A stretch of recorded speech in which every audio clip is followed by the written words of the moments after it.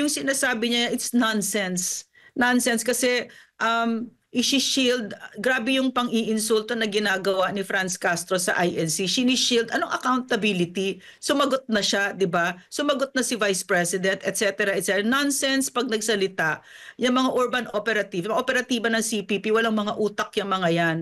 Talagang nonsense. Kasi tinan mo naman, accountability talaga, di ba? Ang pinaka-highest opinion binigay na ng COA sa Vice President.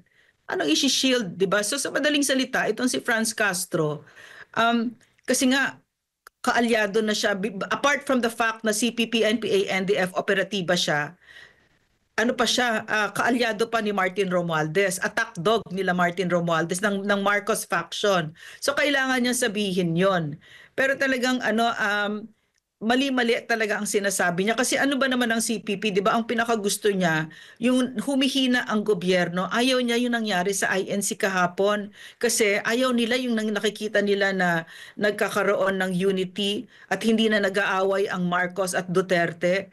Ayaw nila yon kasi gusto nila nagbabangayan tayo. And in fact, a lot of this division, yung pagkakawatak-watak natin, ang nag-mastermind niyan ay ang CPP, NPA, NDF sa loob ng Kongreso.